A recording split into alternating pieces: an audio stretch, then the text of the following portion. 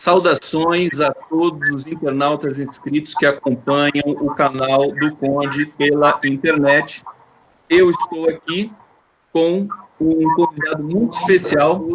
Deixa eu só abaixar o som aqui que eu estou com um convidado muito especial, que é o psicanalista Luciano Elia, psicanalista lacaniano. Antes de apresentar você com todas as honras, meu querido Luciano Elia, vou pedir para você se apresentar para a gente, né? Tudo bem com você, querido? Tudo bem, Gustavo. É um prazer grande estar aqui com você. Assim, é uma oportunidade muito legal de conversarmos aí sobre esse nosso país tão sofrido e infeliz, né? Então, eu sou um psicanalista, como você já me apresentou, lacaniano, sou professor universitário também, dou aula na UERJ já há 25 anos já, e lá consegui fazer algumas coisas que eu acho muito legais, participei da criação de um programa de pós-graduação em psicanálise. Recentemente nós conseguimos fazer o primeiro departamento de psicanálise de uma universidade na América do Sul, e então eu sou o chefe desse departamento de psicanálise. Temos também um programa de mestrado profissional em psicanálise e políticas públicas. Isso já me apresenta um pouco na referência da psicanálise com o campo público, né? Porque eu não fico só na vida acadêmica, nem só no consultório. Eu tenho uma inserção também na saúde mental. Eu participei do movimento da reforma psiquiátrica brasileira, fui supervisor clínico de centro de atenção psicossocial durante muitos anos, não estou mais nessa função. Também fui consultor do Ministério na época que o Lula era presidente, também um pouco antes. E, enfim, participei aí da criação de políticas públicas na área infantil, infanto-juvenil, de saúde mental. Luciano Elia é um currículo imenso, até dispensa a minha apresentação aqui, mas eu faço questão porque né, Luciano Elia, psicanalista, ele já disse esses trabalhos que ele desenvolve, membro do Laço Analítico, Escola da Psicanálise, professor titular de psicanálise da UERJ, né, Luciano? O que é? Você é professor titular da UERJ? Eu sou titular da UERJ, da psicanálise. Tá, e programa de mestrado, profissional de psicanálise e políticas públicas, chefe do departamento de psicanálise do Instituto de Psicologia da UERJ. E aí o Luciano também tem alguns livros, alguns acho que vários, né, Luciano? Eu estou com 2 títulos aqui, que acho que são os mais importantes, né? Não, de autoria dele, de texto integral, são só 2 mesmo. São 2. Freud, Corpo e Sexualidade em Freud e Lacan, pela UAP, um livro de 95, e O Conceito de Sujeito, pela Jorge Zahar, que é uma editora maravilhosa. Tem muitos títulos em psicanálise no Brasil. Fala um pouquinho desse livro sobre o sujeito, como é que ele, assim, a presença dele na sua carreira, no seu pensamento ao longo desses anos. Tá, é só uma retificação, porque você que me lembrou da minha filiação institucional, né? Eu sou do Laço Analítico, uma instituição cuja fundação eu participei, que tem, na verdade, sedes em várias cidades do Brasil. Eu viajo muito por causa do Laço e consultório fora do Rio. Varginha, Cuiabá, Manaus e São Paulo também. Então, assim, é importante, eu não mencionei, eu faço parte de uma escola de psicanálise, né, que tem uma relação também muito forte com a política nacional e com a política da psicanálise. Sobre o sujeito, né, Gustavo, um conceito talvez dos mais importantes da psicanálise, né, o eixo mesmo do trabalho, quer dizer, a gente sabe que o sujeito, desde a leitura que Lacan faz desse conceito, não se confunde com o ser humano, então a gente tem uma distinção importante com o humanismo, né? Quer dizer, a gente entende que o humanismo é um solo fundamental para a prática da psicanálise, mas ela não se superpõe ao conceito de sujeito, ele se distingue do ser humano, ele tem uma operacionalidade do inconsciente, né? E ele está um pouco esvaziado dos valores, vamos dizer assim, humanitários, que são sempre acrescentados como conquistas culturais e sociais, mas que não estão na estrutura que a gente precisa levar em conta, mais radical do desejo humano, do gozo humano, que não comporta esses valores. Isso é importante porque coloca uma questão para a relação da psicanálise com a política, né?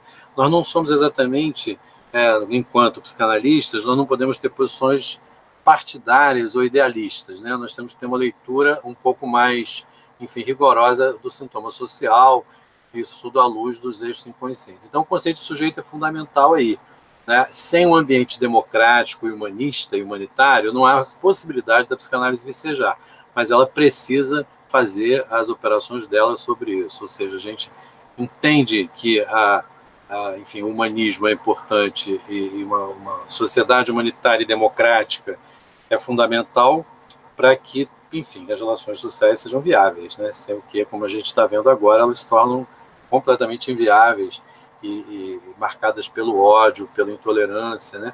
Mas a operação psicanalítica ela é de uma outra ordem, né? Ela vai ler isso num outro nível.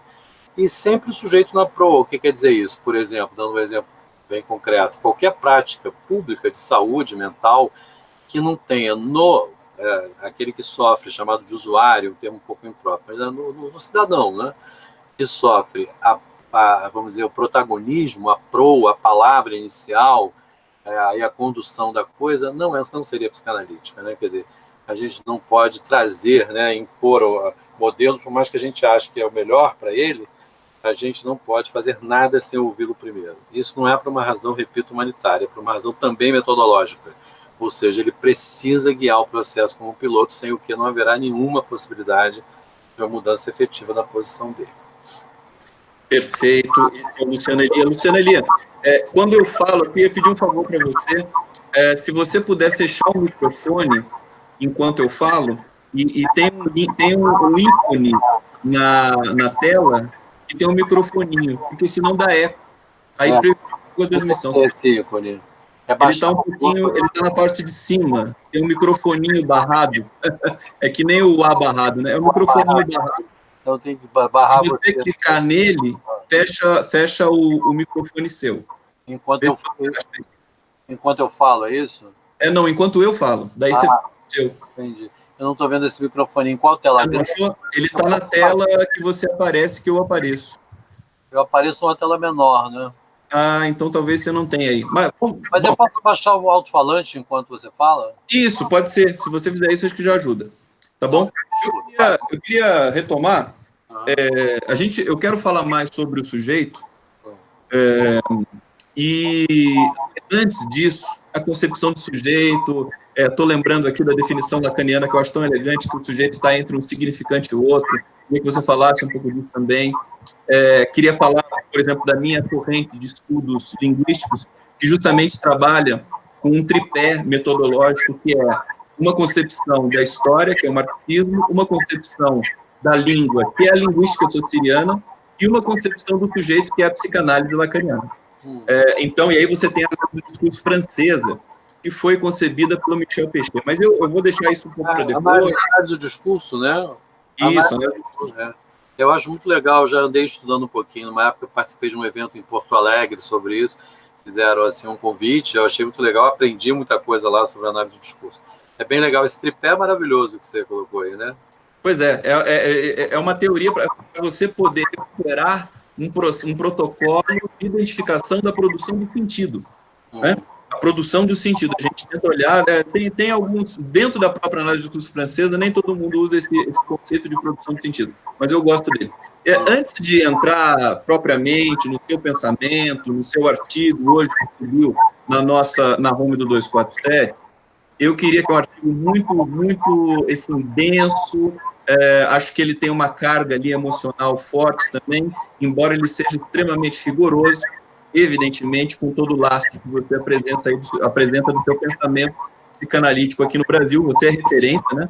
Muitas pessoas já citaram isso e muita gente está aparecendo já aqui na nossa transmissão para também fazer perguntas, e eu vou retomar isso na medida do possível.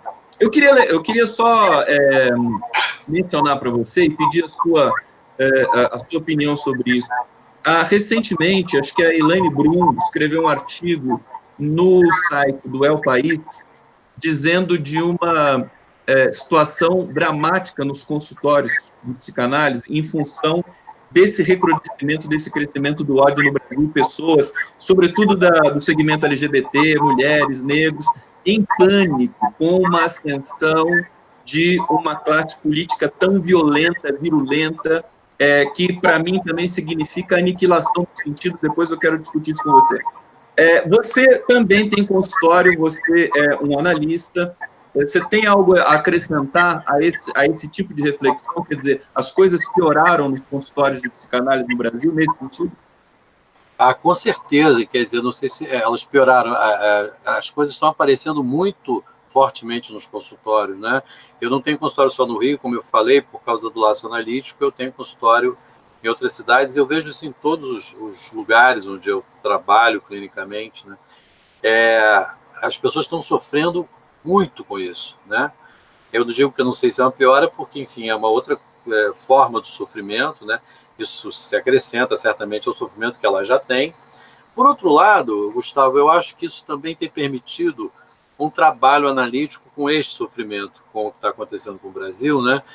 No sentido das pessoas saírem um pouco da mera perplexidade ou da mera paralisação, né? Vamos dizer, depressiva. Eu tenho percebido assim que o fato de trazerem para análise tem tido uma inflexão nas pessoas no sentido de sair da depressão, né? Quer dizer, não ficam numa posição, porque alguns se entregam à depressão, né? Adoecem fisicamente, inclusive.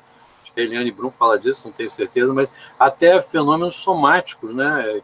Adoecimentos do corpo, com isso eu tenho observado.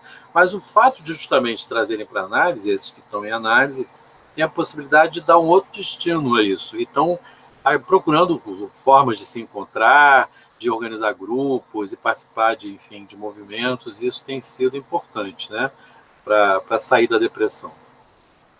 E não tem como, né, uma coisa, um desastre completo, né, que se abateu depois de vamos dizer, de um momento, né, que ia na direção contrária, né, de um momento tão promissor que o Brasil experimentou, um intervalo, vamos dizer assim, numa história tão cruel. A gente teve com o Lula, né, com a Dilma, um momento diferente, né, uma guinada para outra direção. E depois, quer dizer, vem essa catástrofe toda política, culminando com essa situação atual. Não há quem uma pessoa sensível vai sofrer com isso, não pode ficar indiferente, né? E o consultório é um termômetro disso, é claro. Mas é também uma possibilidade de trabalho. Perfeito. Eu entendo o que você coloca. É um pouco aquela história de que na crise e no momento de adversidade também é um momento para você produzir respostas, né? Respostas talvez mais sólidas, mais consolidadas para você chegar ao objetivo. Eu tenho a impressão, queria te perguntar isso, que falar um pouquinho sobre o bolsonarismo. Certo. E sobre essa questão do bolsonarismo interditar o sujeito e o próprio debate público, né? A gente percebe isso no próprio comportamento desses agentes. Eles fogem do debate, eles se ausentam, se escondem. Aquela cena de Davos é uma cena muito sintomática, e eu queria ressaltar aqui com você que, em grande medida, a admiração que vem para o seu trabalho justamente é porque você faz uma interface com a psicanálise e com a questão social e política. Isso é uma coisa muito importante, acho que isso dá uma condição para observar esse momento que nós estamos passando agora com mais acuidade. Queria que você falasse um pouco disso, Luciano. Uma excelente questão, né, Gustavo? Olha, eu acho que não há nada mais antitético com a própria ideia de sujeito do que Jair Bolsonaro. Ele é a verdadeira antítese, né, ao que queira dizer sujeito. Sujeito psíquico, sujeito do desejo, como sujeito histórico. A gente pode tomar esse sujeito tanto no sentido mais freudiano, né, e lacaniano, quanto no sentido marxista, histórico, dialético, porque também aí o sujeito, né, inclusive eu procuro fazer essa articulação desses dois sujeitos, por assim dizer. E o Bolsonaro, quer dizer, o bolsonarismo, não é uma pessoa dele que importa menos em tudo isso, mas esse movimento todo que o sustenta, e o sustentou até agora, e o levou à presidência da República, é até estranho dizer essa frase, né? Mas, enfim, eu acho que isso é completamente antitético e avesso, não só a direitos sociais, é tudo que a gente já sabe em termos de problemas mais, vamos dizer, amplos, né, da coletividade social, quer dizer, o ataque que isso representa aos direitos, às conquistas, a existência social das pessoas mais pobres e tudo isso, com menos recursos, como a ideia de sujeito mesmo, quer dizer, não tem o fascismo, né, ele não tem lugar para o sujeito, não tem lugar absolutamente nenhum, né, ele aspira a um gozo esférico, a um gozo sem falta, não é? A uma espécie de, vamos dizer, como Freud representou bem no mito da horda né, da Horda Primeva, lá o pai primitivo, né, essa criatura que está na presidência da República, ele evoca um pouco isso, quer dizer, claro que não com a grandeza do pai Primeva, porque ele não tem grandeza nenhuma, de espécie alguma, mas enfim, evoca pelos eixos, né, enfim, estruturais da coisa, não é isso? Quer dizer, é alguma coisa, o que é o pai da Horda Primitiva? O pai que não tinha lei nenhuma, né, que matava os filhos quando iam se tornando homens. É um mito, evidentemente, Freud nunca quis dar isso no sentido de uma teoria antropológica, como muita gente criticou erradamente. Freud fez um mito, um homem de ciência como Freud fez um mito na era moderna. Isso é muito interessante, né, esse contraste. E nesse mito, um pai que matava os filhos homens e possuía todas as mulheres. Quer dizer, basicamente é isso. E que os filhos justamente se reúnem para assassiná-lo, e no lugar dele, morto, erigem a lei. É um mito muito bonito, né, para falar da fundação não só do desejo de cada um, na sua singularidade, como de um pacto social. Não é? Quer dizer, tem que matar o pai que se ama, lá, no caso do Bolsonaro é difícil, mas enfim, tem tanta gente que ama, mas pensar isso, mas matar o pai é muito simbólico, né, de, na verdade, matar o gozo esférico, matar o fascismo. No lugar do fascismo, colocar uma ordem, não é? Enfim, que a gente sabe que é impossível de se realizar plenamente, mas que é a aposta democrática, igualitária, enfim, a limitação do gozo de cada um.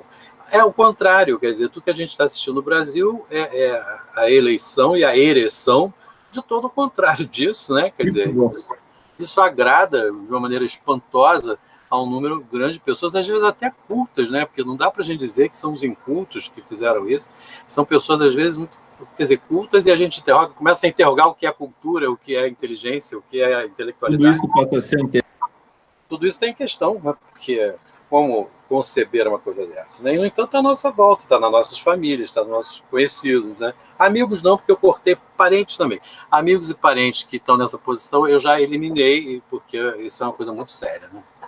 Eu acho que não tinha como evitar essa situação de você realmente... Eu tive que bloquear também tudo isso, né? Não só digitalmente, mas também no cotidiano. Né? Claro. Quem são essas pessoas que ameaçam o futuro, por exemplo, dos nossos filhos, da nossa vida, qualquer condição, né, de sentido que você possa ter, a negação total, e mesmo que elas não saibam, que não tenham condições de ponderar sobre essas questões, é impossível que você ofereça um perdão prévio, né? Você tem que realmente demarcar, acho que esse caminho.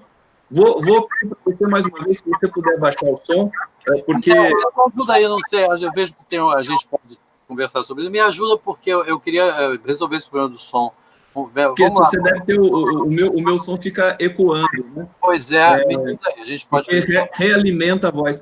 Talvez você achar o ícone de bloquear o meu microfone, na verdade o seu microfone só. Meu microfone. Né? Eu acho que você não vai achar esse ícone com um desktop. Ele fica na imagem, viu? Na imagem grande que eu vejo você.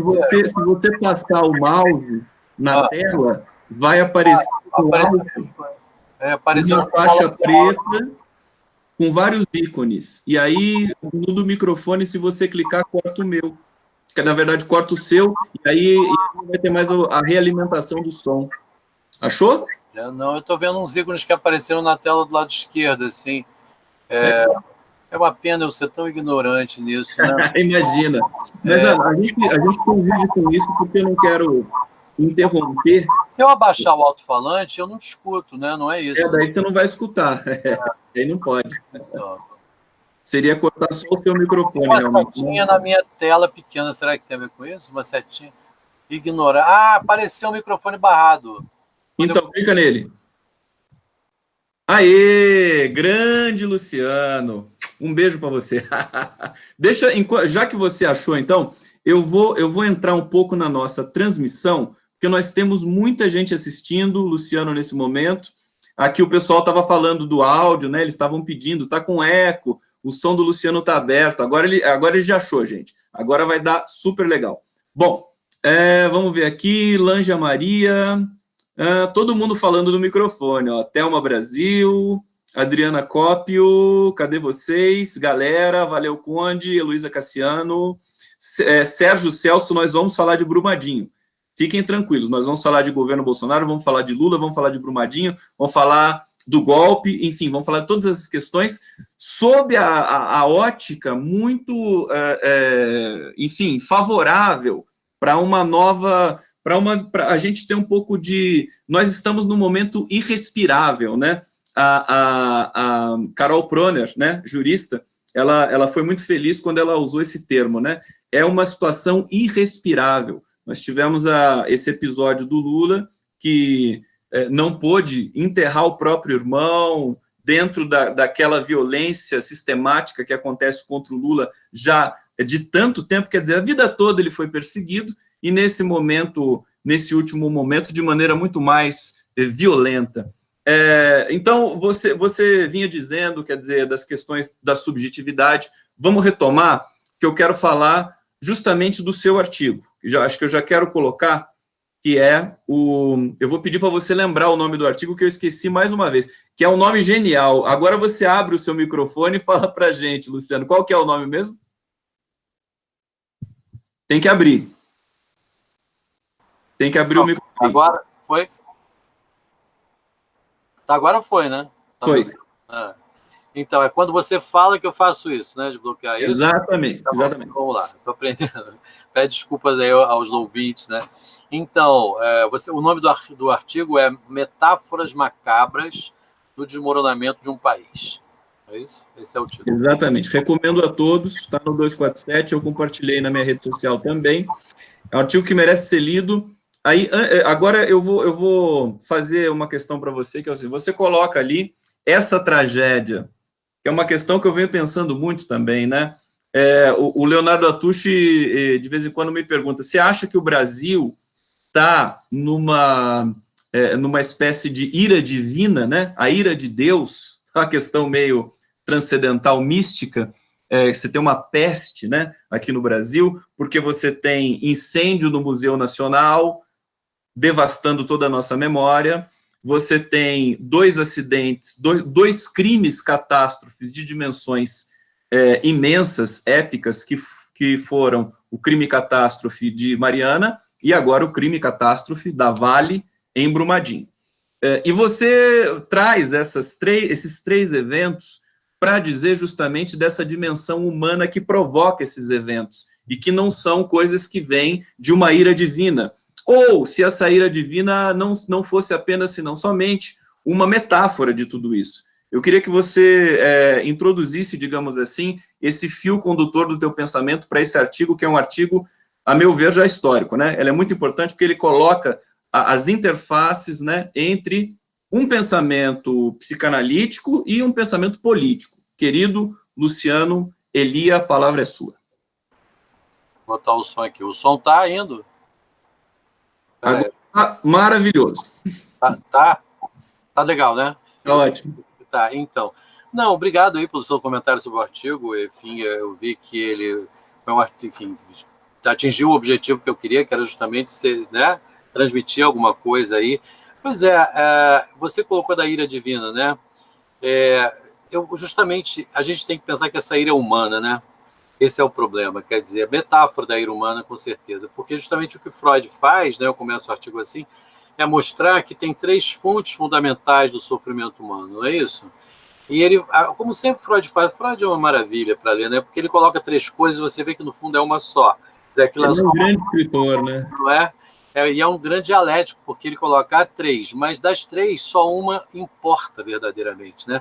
Porque as outras 2 são imponderáveis, quer dizer, as intempéries da natureza, a ira divina, podemos pensar ela aí, né, o Leonardo Atush, ou a decrepitude do corpo, a doença, né, a doença orgânica. Mas a gente não pode nada com isso, e na verdade não só não pode nada, como não pôde nada para produzir isso, né? A gente não produziu isso, não produziu, olha, a decrepitude, não produziu as intempéries. Mas o que a gente produz? É esse que é o ponto do mal-estar na civilização, né? Quer dizer, o que ele chama de incapacidade e insuficiência dos arranjos sociais que fossem capazes de regular as relações entre os homens. Não é isso? Eu tomo isso como ponto de partida para pensar alguma coisa, quer dizer, que radicalizada, porque, na verdade, o que a gente vive no Brasil não é exatamente o nível, né, mínimo, insolúvel das relações humanas, é o nível máximo. nesse momento, irrespirável, como bem disse a Carol Proner, né? Quer dizer, nós estamos vivendo realmente com lama, né? Essa metáfora também da lama, a gente vive com lama o tempo todo, mesmo não estando lá na alça de mira da barragem, né, com a lama tóxica. É outro tipo de lama que nos entope, nos asfixia. Nós estamos asfixiados, né, Gustavo? Então, enfim, esse nível de... Não é necessário, acho que Freud falou do nível insolúvel. Não é possível que as relações humanas sejam harmoniosas. E os homens engendram o seu próprio mal-estar, e é aí que a coisa é mais penosa. Mas o que a gente vê no Brasil? Uma radicalização disso completamente absurda, né? Quer dizer, chegamos a níveis paroxísticos de mal-estar na civilização aqui. Né? Como é que isso aconteceu? Aí tem toda a leitura histórica a ser feita. Quer dizer, esses dois crimes, como você bem disse, não são acidentes, né? São crimes, e não são só ambientais, tampouco, né? São sociais, mataram centenas de pessoas, né? Não está apenas asfixiando a vida através da poluição, tá matando direto, a lama vem matando, né? Esses dois crimes absolutamente evitáveis, previsíveis, né? Faz uma história já que poderia ser tem até reportagens de pessoas falando disso no ano passado, que ia acontecer. E o incêndio do Museu Nacional, que também é completamente evitável, bastava ter um pouco de responsabilidade pública com a história, com o patrimônio nacional, que a gente não teria passado por aqui, não teria perdido o que perdeu, né, no dia 2 de setembro. E eu tentei mostrar que esses episódios, que claro que são engendrados pelas relações humanas, eles também não estão dissociados no momento político, né? Quer dizer, não é à toa que isso acontece nesse momento. Existe uma relação indiscutível entre esses episódios e o governo que a gente tem, né? O tipo de política implantada no Brasil depois do impeachment, né, da Dilma, depois da reação contrária ao que foi o crescimento, né, do Brasil, o que foi o crescimento social, que foi a subida das classes mais pobres a postos e a possibilidade que elas nunca tinham tido. Isso foi intolerável, né, para a elite, para essa elite que a gente tem. Não se suporta isso. O que a gente vê é que o Brasil não suporta ser um país mais civilizado, um país de um nível mínimo, porque o Lula também fez muita coisa pra caramba, mas ele nem mexeu na estrutura capitalista, né? Quer dizer, na verdade, ele quis fazer uma conciliação nacional, conciliação de classes, né? O governo dele foi benéfico para todo mundo, o que é mais impressionante ainda, né?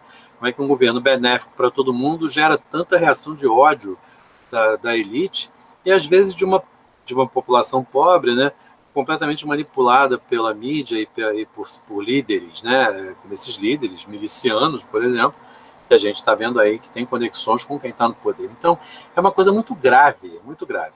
Não dá nem para a gente ter aquela leitura de que esses episódios assim são como pus de uma ferida que vem a furo e que vão ser tratados, porque pode apenas produzir septicemia, né? Pode não ser tratado de modo algum, quer dizer, não é verdade que a coisa via à tona. Está aí tudo à tona, está tudo às claras, ninguém nem tem mais preocupação em disfarçar coisa alguma, né?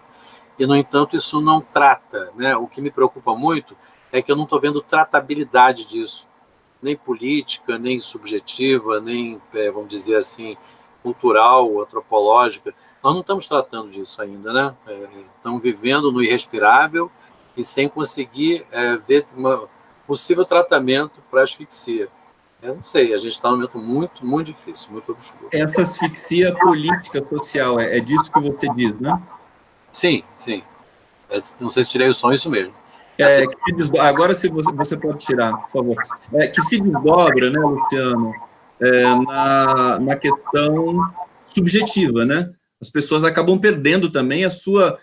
perder a subjetividade, acho que é um termo muito, muito radical, mas ela é, assim, erodida de uma maneira muito forte, né?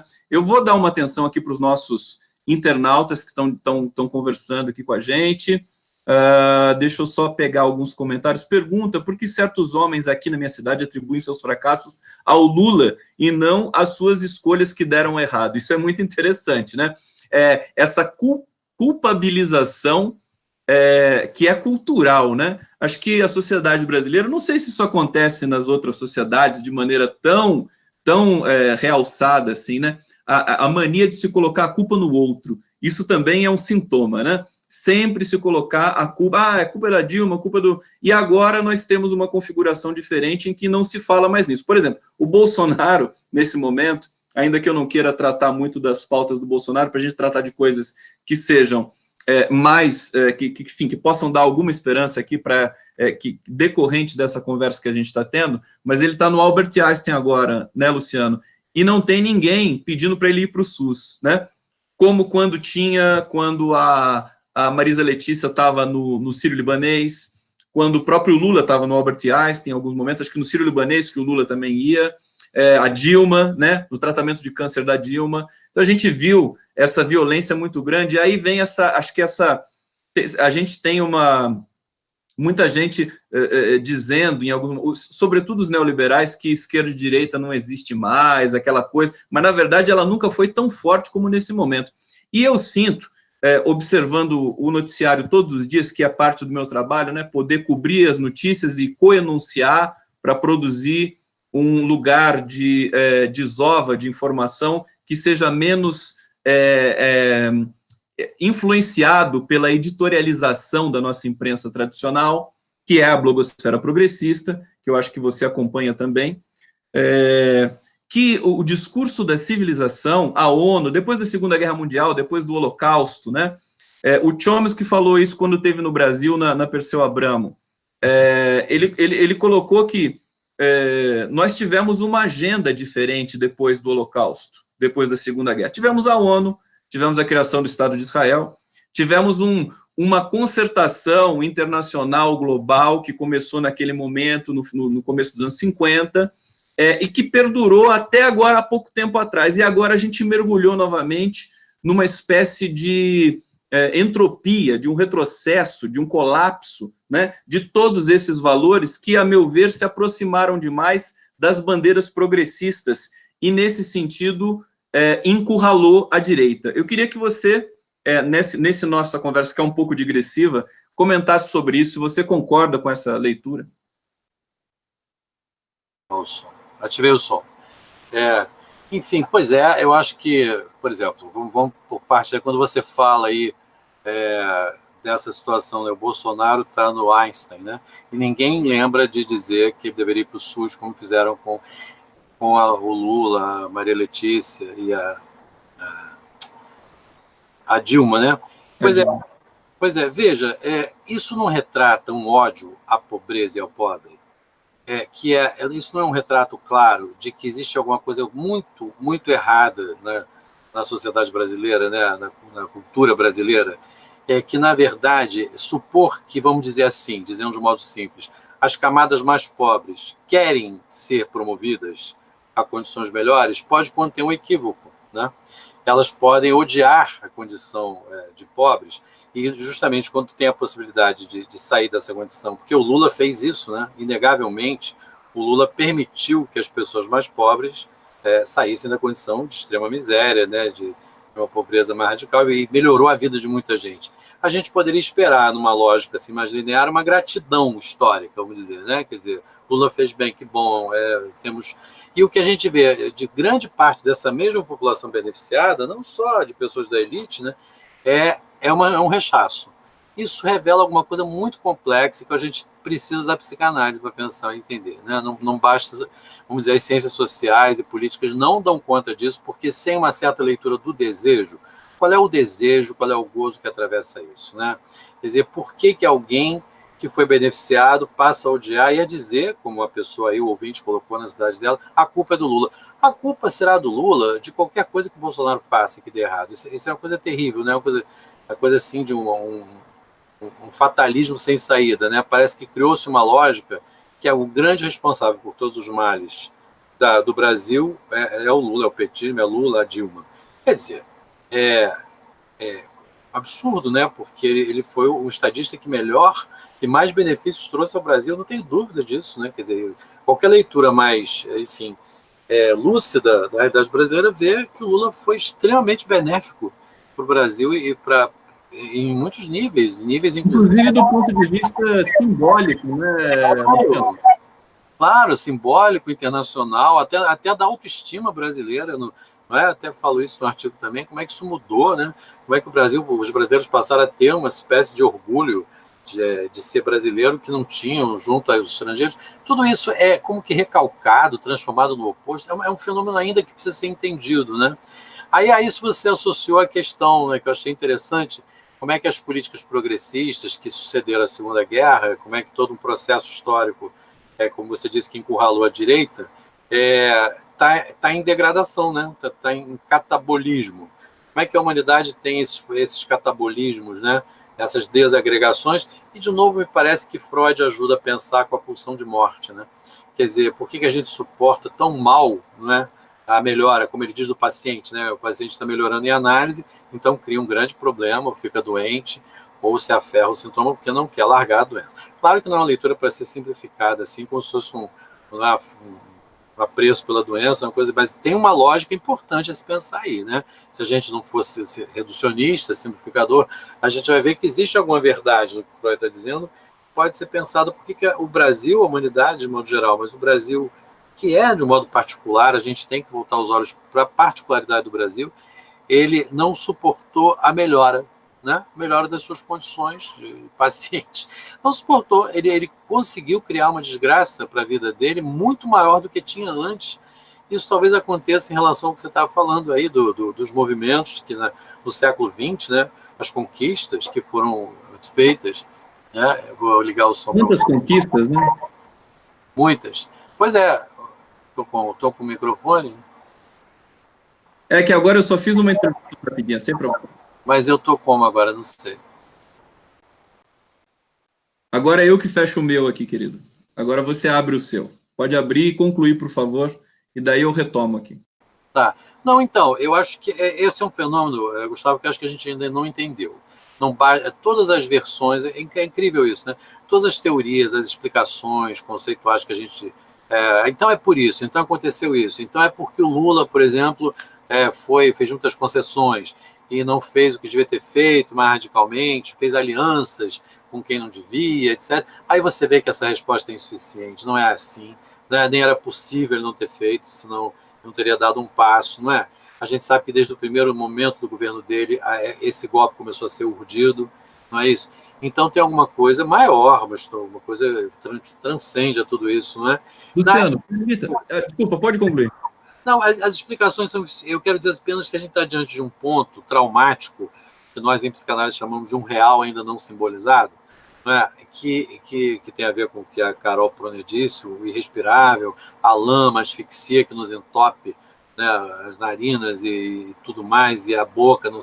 A gente ainda não entendeu. Mas mesmo assim a gente tem que fazer alguma coisa, mesmo sem entender muito bem, né, o que está acontecendo, a gente não pode ficar esperando entender para fazer. Acho que a gente tem que fazer, tem que se reunir, tem que fazer o que a gente está fazendo aqui agora, tem que né, fazer movimentos, como a Mariana faz, né, chamar os psicanalistas para fazer movimento, conversar, e não sei o que vai dar. Eu sinto que a gente não pode ficar parado, né? Não há condições para uma resistência mais organizada, né? Não sei se você concorda com isso. A gente não está encontrando meios assim, porque tivemos 47 milhões, né, que votaram no Haddad, ou seja, não é pouco, né? Quer dizer, podemos pensar que essa população, né, que estaria em desacordo com o que está se fazendo no Brasil, ela poderia estar se fazendo presente de modo mais nítido, mais contundente. E parece que não há... Claro que há iniciativas, várias, mil movimentos acontecendo, o 247 é um exemplo, você é um exemplo vivo disso aí, e eu não estou dizendo isso porque eu estou com você na tela, é evidente que é o contrário, né? É porque você faz isso que eu estou com você na tela, é exatamente o inverso. Então, quer dizer, veja, tudo isso é feito, mas você não tem a impressão de que isso enfim, não se aglutina de uma maneira mais eficaz, né? Não tem um paradeiro, não tem alguma coisa que a gente sinta assim que pode deter o que está acontecendo. Eu ainda não vi a maneira de fazer isso. Vou te passar o som aqui. Ok. Um prazer imenso conversar com o Luciano Elias, percebendo, o pessoal está chegando muito forte aqui na transmissão. Acho que agora você não aí, agora sim. É um prazer muito grande. Você falou muitas coisas.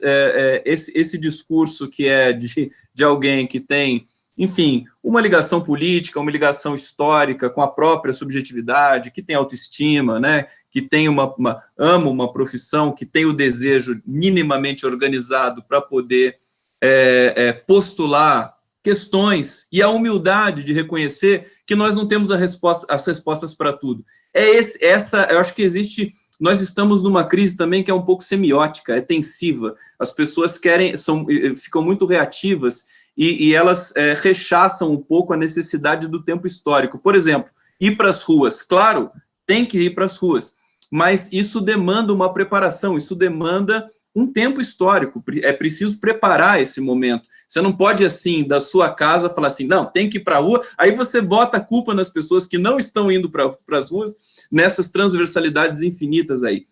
Eu acho que tem um ponto que você falou, já eu vou ler, que tem muitas perguntas chegando aqui para você pelos nossos internautas, mas uma coisa me chamou muito a atenção, que é assim, aparentemente, nós como sociedade brasileira, não soubemos, justamente como você disse, melhorar, né, como sociedade. Porque eu acho, e aí eu vou dar uma explicação, apenas uma, né, para melhorar como sociedade, exige mais responsabilidade também de cada um, né? Se você ascende, se você sobe conquista espaços na sociedade, por exemplo, universidade pública, se você começa a conquistar os seus espaços assim, em escala, é preciso que você também tenha responsabilidade para sustentar isso e para querer mais do que isso. Nós também temos de dizer, não sei se você entende a minha colocação, nós também temos de entender que nosso regime de informação no Brasil é muito atípico. Não é que nem, por exemplo, nos Estados Unidos, que a imprensa já é um pouco mais pulverizada, embora tenha todas as influências e todo o editorialismo também, mas o Brasil é um caso muito à parte. Deixa eu pegar algumas perguntas aqui. Ricardo Alexandre dizendo, o professor Luciano é um exemplo de profissional, de cidadão, e uma das pessoas que melhor faz a interlocução entre a política e a psicanálise. Concordo com você, Ricardo Alexandre, eu estou, assim, realmente muito feliz de conhecer o trabalho do Luciano Elia. Tem mais gente aqui perguntando, deixa eu achar. Só um segundo. Tinha uma pergunta para você. Thelma Brasil dizendo assim, do ponto de vista... está falando dos evangélicos. Deixa eu achar, eu perdi uma pergunta, porque vieram muitos comentários, citando a Deise Ribeiro, citando o Gessé de Souza, explica muito bem esse comportamento antropológico na obra intitulada A Elite do Atraso. Concordo também, o pensamento do Gessé se soma a tudo isso. Pessoal, as perguntas que eu não puder fazer aqui para o Luciano Elia, vou encaminhá-las a ele, para que ele possa depois, na medida do possível, nos dar um retorno. Luciano, eu quero ler um trecho do seu artigo, que me chamou muito a atenção. Olha, todo ele é muito denso, acho que ele tem uma carga retórica, ele é muito interessante realmente. Eu queria ler um trecho aqui que você fala justamente do momento que nós brilhamos como sociedade, né? Tivemos um intervalo nesse processo histórico intempestivo, a contrapelo, no sentido de Foucault, a chegada ao poder de um partido, né, do Partido dos Trabalhadores, os dois governos do presidente Lula e o governo e meio da sua sucessora, a presidenta Dilma Rousseff. E aí você diz, nesse período o Brasil começou a entrar nos trilhos da história, a reverter o processo degradante de nossa sociedade, a extinguir a fome e a miséria extrema em uma parcela imensa da sua população, a promover a formação intelectual, profissional, inclusive em nível superior, dos mais pobres, habitantes do interior, a desenvolver a economia e situar o país em índices de respeitabilidade internacional inéditos, a gerar assim uma altivez jamais experimentada pelos brasileiros, quando confrontados com os estrangeiros, quando fora de seu país, situação que indefectivelmente nos mergulhava em uma condição de inferioridade e autodesrespeito.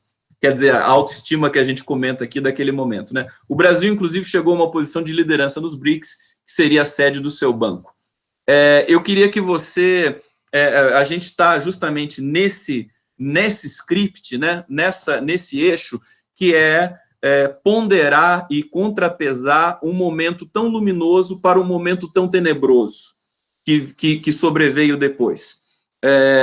Queria que você... A gente está tentando buscar essas respostas, mas mais uma vez, né, tentando buscar na subjetividade e nesse dilaceramento do discurso que ocasionou esse golpe parlamentar, e que agora nós estamos num impasse muito grande. Somado a isso, Luciano, queria que você comentasse também o fato de o Lula, que é o grande comunicador do país, inegavelmente, o fato dele estar preso justamente é para bloquear essa possibilidade de começar a se respirar um ar um pouco mais respirável, né? Queria que você ponderasse sobre essas questões e sobre o trechinho do teu artigo que eu acabei de ler aqui. Voltando, acho que voltei o som aí, né? Voltou? O som tá aí. Então, muito bom você ter trazido o Lula de volta. Eu acho que a gente precisa falar mais do Lula. E, bom, esse trecho que você falou justamente trata dele, da Dilma, quer dizer, o que foi esse intervalo, né? Esse intervalo onde a gente viveu tempos promissores, né? Alvissareiros. Nós tivemos alvíssaras nesse momento que foram extintas agora.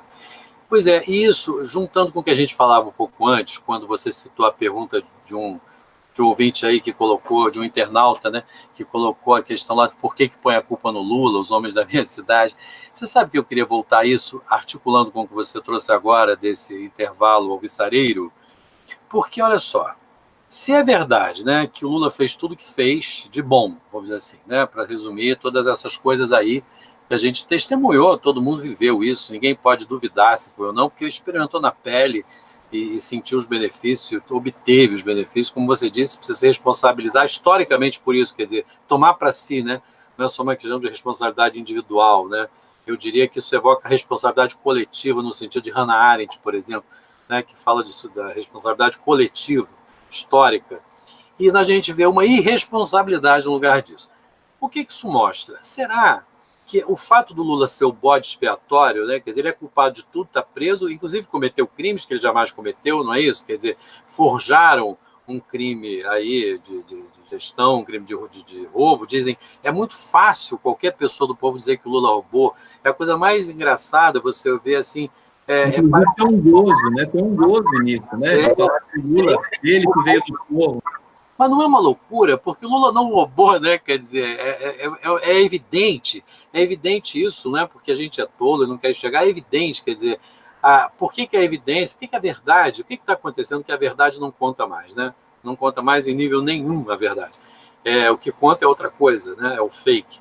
Mas eu queria voltar a esse ponto. Se o Lula fez o que fez e não reverteu isso em termos de uma, vamos dizer, de parte da população, majoritária, um apoio a ele, embora haja um apoio a ele imenso, a gente sabe que ele ganharia as eleições, isso é verdade, é por isso que ele foi preso, né? Mas, de qualquer maneira, quer dizer, é uma grande parte da população que o odeia, isso é indiscutível, e que gosta de dizer que ele roubou mentirosamente, sabendo que está mentindo, mas como quem está dizendo uma verdade. Será que isso não mostra aí que eu quero chegar?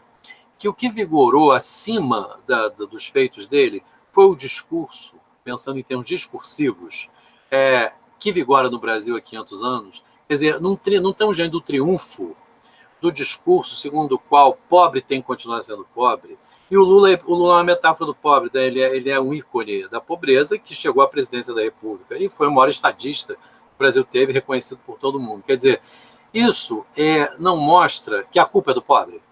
Quer dizer, o Lula roubou, eu leio às vezes, sabe, Gustavo, assim, tá vendo? A culpa é do pobre. A culpa é dele, quer dizer, isso não é possível, entende? Não há como conceituar para o povo, não construiu esse conceito de que um pobre pode ser o grande estadista. E o povo está aceitando isso. Pois é, então eu acho que vigora, se a gente pensar em termos de discurso, até da análise do discurso, talvez, não sei, qual é o discurso que vigora? Quer dizer, o que acabou triunfando acima da verdade, vamos dizer, de 8 anos de governo dele, mais o tempo da Dilma, o que vigora? Vigora uma verdade anterior. Quer dizer, precisa provar a tese de que isso não é possível, que pobre é sempre culpado, tem que estar preso. E Lula preso pode ser uma metáfora de todos os presos, porque a classe, os homens negros e pobres de periferia estão presos, as cadeias estão abarrotadas deles, né? E o Lula está preso. Quer dizer, existe uma certa homologia aí, eu penso, sabe, que acaba encarcerando, né, tudo que ele representa. Isso não pode estar solto. Não pode estar solto por razões estratégicas, ele vai ganhar as eleições, não pode estar solto, como você disse, porque seriam os valores todos que se quer combater e extinguir, E não pode estar solto porque tem que estar preso. Quer dizer, a pobreza, o que representa a emancipação, o protagonismo social do cidadão pobre, tem que ser aprisionado. Eu fico muito impressionado com isso, sabe? Eu acho que isso aí começa a me dar um caminho de entendimento. Quer dizer, tem alguma coisa a nível do que o Brasil produz discursivamente que está vigorando. E está vigorando quem está no poder. Está no poder enfim, é um simulacro da ditadura militar, né? Quer dizer, um militar, botando militares evangélicos e militares, fazendo no poder, empossados, né? Decidindo tudo, resolvendo coisas, resolvendo sobre a universidade pública, resolvendo sobre que exposição deve ou não existir, a cultura, enfim. É uma barbaridade sem fim. Mas a população não pode estar. A gente percebe a imperícia, né? Quer dizer, o total desconhecimento desse simulacro. A estultícia instituída, é impressionante, né?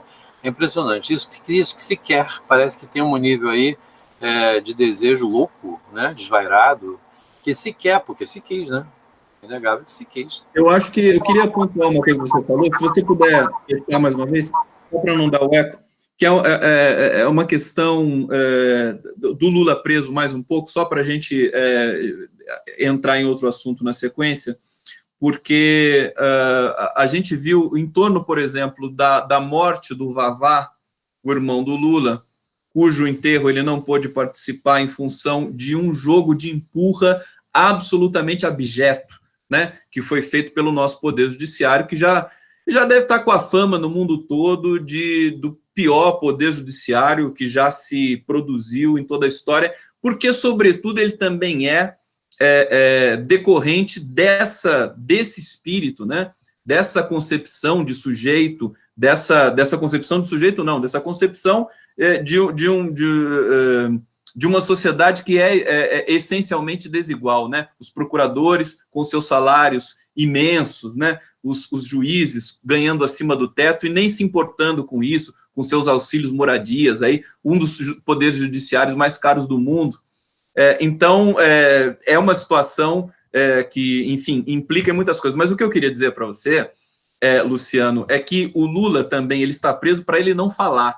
Você vê que ele é proibido de dar entrevista, ele é proibido de sair, eles estão endurecendo a visita que ele possa receber, ele tem se comunicado através de bilhetes, que também é uma outra coisa interessante que a gente poderia falar, quem sabe até num outro momento, mas o discurso do Lula é muito perigoso para eles, para esse sistema.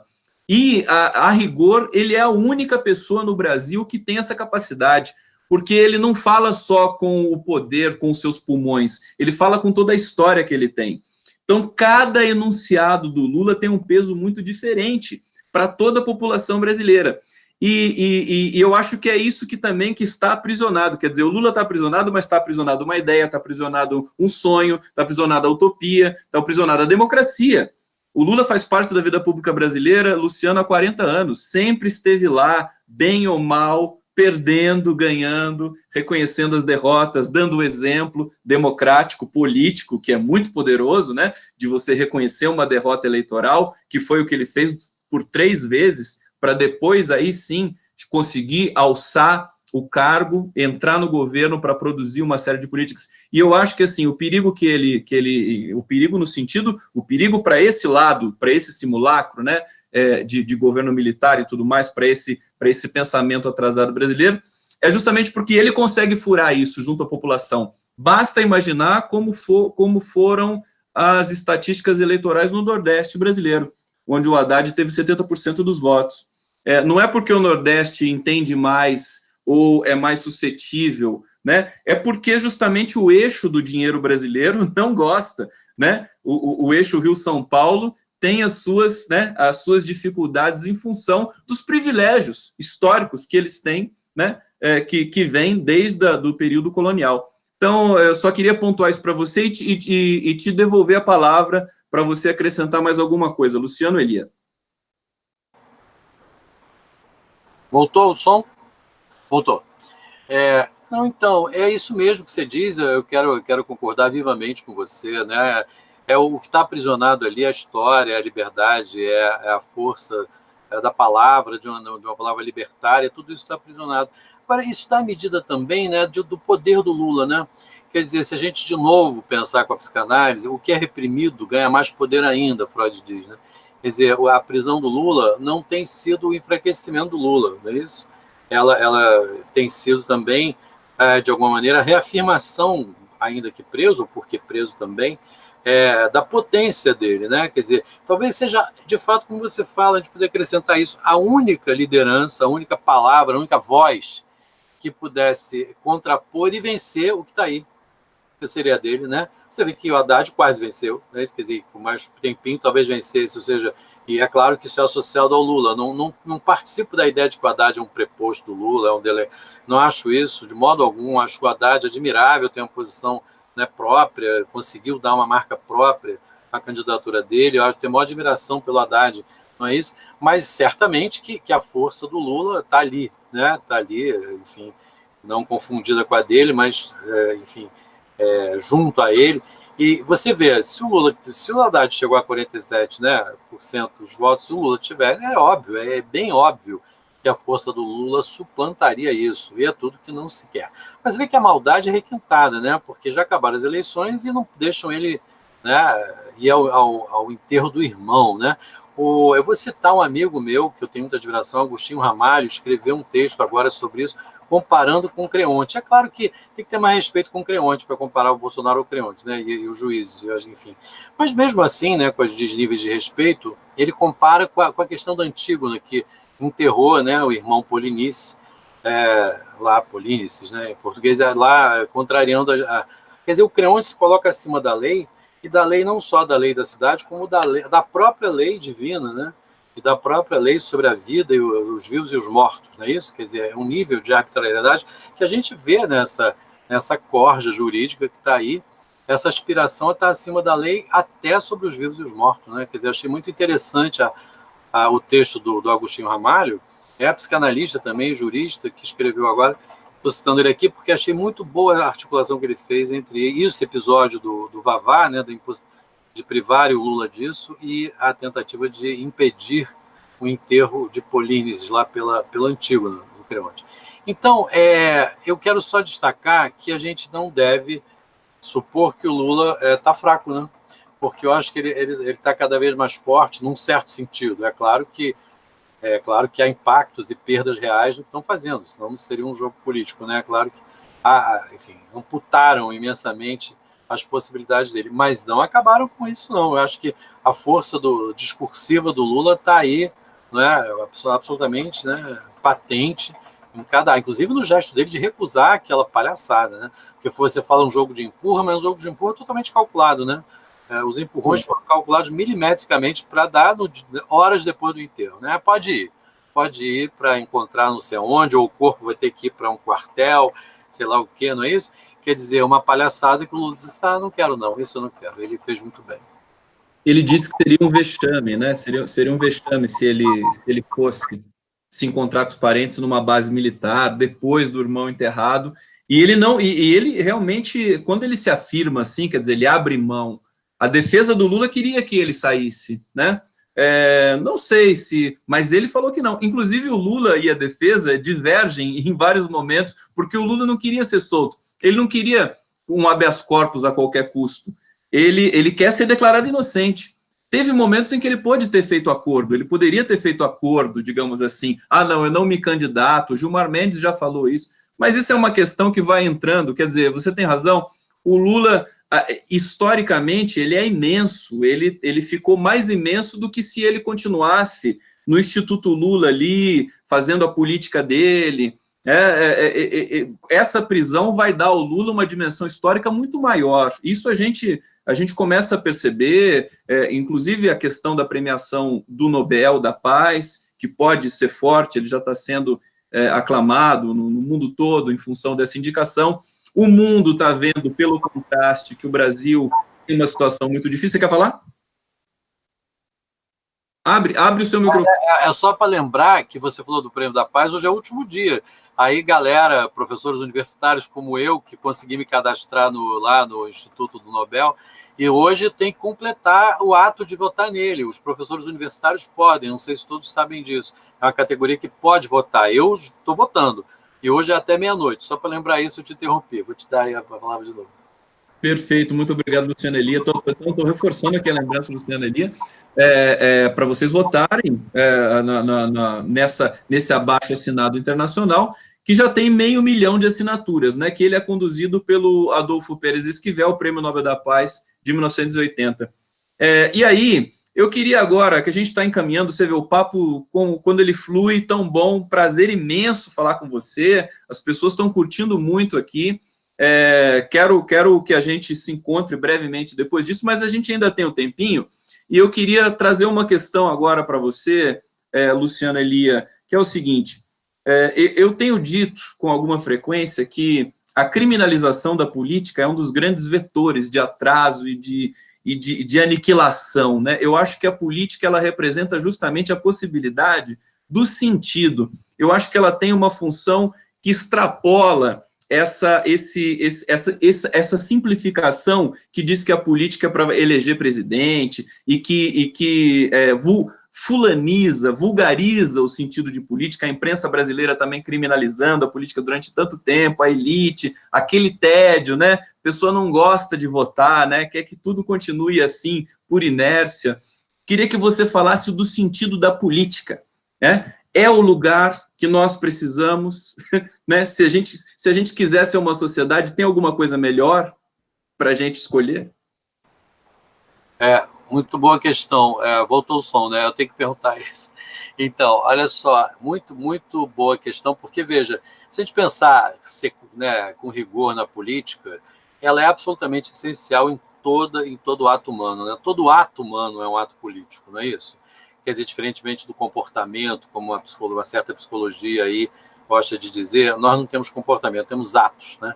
E nossos atos são sempre políticos, porque nós não somos seres individuais. Eu quero começar dizendo isso. Não existe a psicanálise, por exemplo, é um grande mal-entendido na psicanálise, tomá-la como um saber e uma praxis individual, né?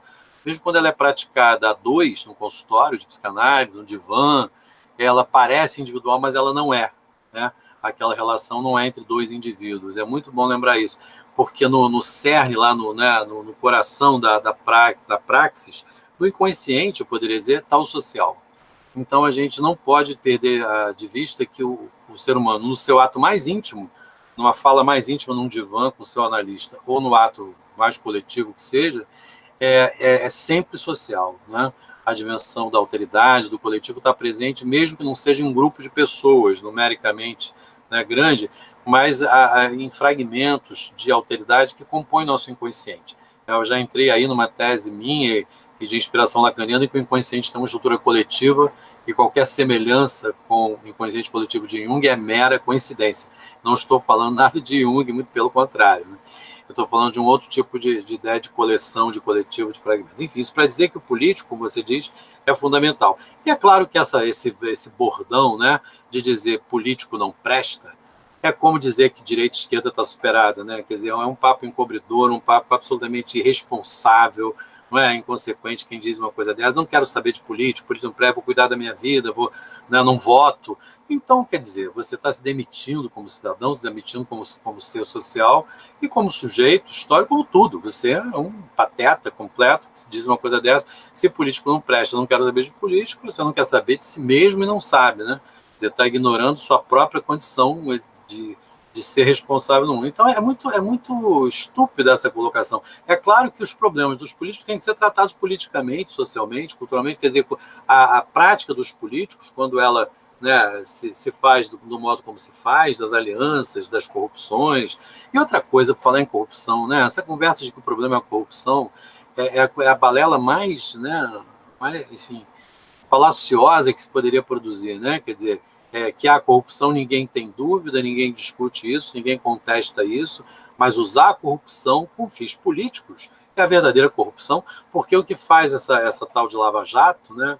O que faz esse processo todo, senão elevar a corrupção ao nível discursivo mais subterrâneo e oculto e mais efetivo, porque é a própria instituição da corrupção, a própria delação premiada é um exemplo bastante eloquente de corrupção, né? Você premia o outro para falar, quer dizer, compra, paga a propina do prêmio lá. Enfim, é isso, milhões de coisas estão muito claras, mas enfim, a política é fundamental, Gustavo. Sem a política nós somos seres enfim, pífios, flébeis e inúteis e completamente ignorantes de si. A política foi... Eu queria pegar um trecho da sua fala para falar do seguinte: a palavra corrupção, como linguista, como analista do discurso, né, eu costumo dizer que a palavra, né, esse significante, é o mais corrompido de todos, sobretudo na cena brasileira. Quer dizer, é uma palavra para você desconfiar furiosamente, sempre que ela aparece. E, inclusive, ela ela sempre apareceu quando nós tivemos no mundo todo esse crescimento do fascismo, da intolerância. Ela sempre foi motivo, ela sempre foi um coringa. Complementa aí que eu sei que você quer falar. Você quer falar? Não, eu estava concordando vivamente, porque eu concordo vivamente com isso. Mas, enfim, não quero acrescentar, não. Isso é a palavra de ordem do fascismo. Corrupção é a palavra de ordem, né? É pauta do fascismo. É o grande coringa, né? Agora a gente vai chegando aqui no final, realmente, como é bom conversar com você, Luciana Lia. Eu estou aqui muito feliz, papo rolando solto. Espero que a gente volte a se falar. No seu artigo, é engraçado como a gente se identifica tanto. Você fala dessas três, quero retomar para a gente encerrar, né? Você fala dessas três feridas imensas que nós tivemos, que é o crime catástrofe de Mariana, o incêndio no Museu Nacional e agora o crime catástrofe de Brumadinho da Vale, né? Na verdade, da Vale, que é um crime, é uma coisa brutal, porque assim, não tira sua vida, tira sua história, né? Apaga a cidade, né? Mariana foi apagada, é uma coisa que é tão sintomática desse momento terrificante que nós entramos depois do golpe. Só que eu queria pedir para você dizer que quando teve o incêndio do Museu Nacional, aquilo me chocou demais, aquilo foi tão emblemático, e as imagens daquele incêndio noturno, iconicamente falando, né, semioticamente falando, pareciam aquelas imagens, enfim, de um apocalipse, quer dizer, daquelas pinturas, né, históricas da França, se você pensar, muito parecido, inclusive por ser um fogo noturno. Aquilo me chocou demais. Foi um momento que a maior coleção do Brasil de arte, de memória, estava ali. Algumas coisas se salvaram, mas ninguém comenta muito isso, porque as pessoas, inclusive, estão com medo, né? O debate foi interditado. O que você sentiu quando você viu o incêndio do Museu Nacional? Rapaz, eu quase morri. Você sabe que aconteceu o seguinte: o incêndio aconteceu durante um voo meu para Brasília. Eu fui para um evento lá da Abrasme, Associação Brasileira de Saúde Mental. Então eu estava voando, eu embarquei no Galeão, o museu não tinha ainda começado a queimar, e durante o voo aconteceu. Cheguei em Brasília, aluguei um carro, porque eu faço aquela cidade, só não tem sentido sem carro, né? Você não pode se deslocar. Então eu estou dentro do carro que eu aluguei no aeroporto, indo para o hotel, e eu ligo o rádio, escuto um antropólogo do museu tendo uma crise apoplética, uma crise, chorava, ele falava na entrevista, ele chorava, eu não estava entendendo o que era aquilo, custei entender um pouco, porque eu peguei já a fala dele, não da entrevistadora, né, não a notícia. Então ele estava desesperado, ele estava desesperado. Aquele homem poderia ter um infarto. Ele até disse: meu coração, eu estou com medo. Ele falava isso durante a fala dele. Eu esqueci o nome dele, infelizmente, é um antropólogo do museu, né? Então ele estava, e eu fiquei sabendo assim. Então eu cheguei no hotel, um estado de choque, não tinha ninguém para conversar, as pessoas não estavam, enfim, não encontrei ninguém. Eu tive uma noite terrível pensando o que o Brasil perdeu, né? E pensando em tudo isso, quer dizer, me doeu no corpo. Eu tive dores corporais aquela noite. Cheguei no dia seguinte, lá na plateia, eu estava na primeira plenária, era com todo mundo, né, num auditório imenso. A primeira coisa que eu fiz foi um apelo coletivo ao público, dizendo que eu precisava ser tratado por eles. E pedi ao público que me tratasse, porque eu precisava dizer disso, porque é o primeiro coletivo humano que eu encontrei depois de saber do que aconteceu. Mas é isso, é uma tragédia sem tamanho, sem palavras, né? Como é que a gente perde a nossa história, quer dizer, o essencial da história do Brasil e do mundo, porque havia peças, né, importantíssimas, você sabe, sarcófagos e múmias cobiçadas no mundo, estavam ali no Museu Nacional, né, guardadas aqui, como se nós tivéssemos a responsabilidade, né, de guardar isso. Não tivemos, não é isso? Quer dizer, fomos irresponsáveis com um tesouro desse que concerne a humanidade, na verdade, maior do que o Brasil, né? Tinha coisas ali, relíquias históricas da humanidade, que foram perdidas pela inépcia, pela irresponsabilidade pública, e que no inconsciente, acho que, né, política cultural, é por um governo golpista, né? Quer dizer, porque é indissociável que isso aconteça no momento em que a cultura, onde estava a cultura, né? Onde estava a cultura nesse governo? Onde está, enfim, a preocupação discursiva com a história e com a cultura? No chão, né? Então é isso. E com o Brumadinho, como você diz, vamos falar de Vale e de Samarco, né? Como foi proposto aí, não Brumadinho e Mariana, não botar o nome dessas cidades, né? Enfim, associado a esse crime, não é isso? Quer dizer, é uma coisa impressionante, a força disso. É a lama mesmo, a lama tóxica, né? Quer dizer, o que você diz, apaga tudo, apaga as cidades, apaga as vidas ali, e vai se alastrando, é uma lama tóxica. Nós estamos na lama tóxica. É isso, o Brasil é a lama tóxica de Brumadinho, e é o fogo, né, noturno do museu. É isso, né, que a gente está queimando. Meu querido Luciano Elia.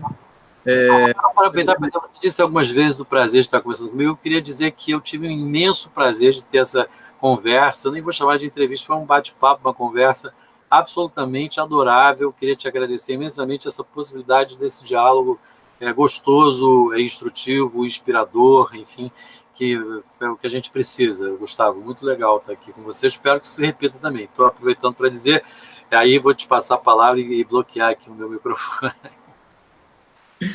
Grande Luciano, quem precisa de mais? O que eu preciso mais hoje, depois dessas palavras do Luciano Elia, grande psicanalista, professor, enfim, idealizador de políticas públicas, das interfaces com a psicanálise e a política brasileira, grande pensador, grande pensamento, foi um prazer imenso conversar com você, faço das suas as minhas palavras também, quero te encontrar em breve, inclusive pessoalmente também, para te dar um abraço, muito feliz de conversar com você, essa entrevista vai ter uma história, ela vai andar, né, porque na internet elas se movimentam, né, as conversas, não foi uma entrevista, foi um papo, eles também ganham vida e seguem o seu caminho. Quero te agradecer muito, chegamos ao final, vou te devolver a palavra para você se despedir da gente aqui, né, de que eu também sou um espectador aí do teu pensamento, e em breve nos encontraremos novamente. Querido Luciano Elia.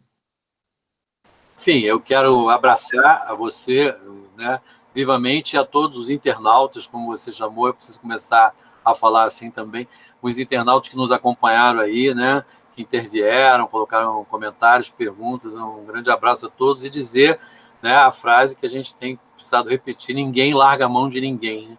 Então vamos ficar de mãos dadas aqui, todos nós, eu, você e todo mundo que está nos acompanhando aí, para ver o que a gente consegue, né, porque certamente a gente vai conseguir alguma coisa. Grande abraço a você, obrigado. Certamente, um abraço e até a próxima.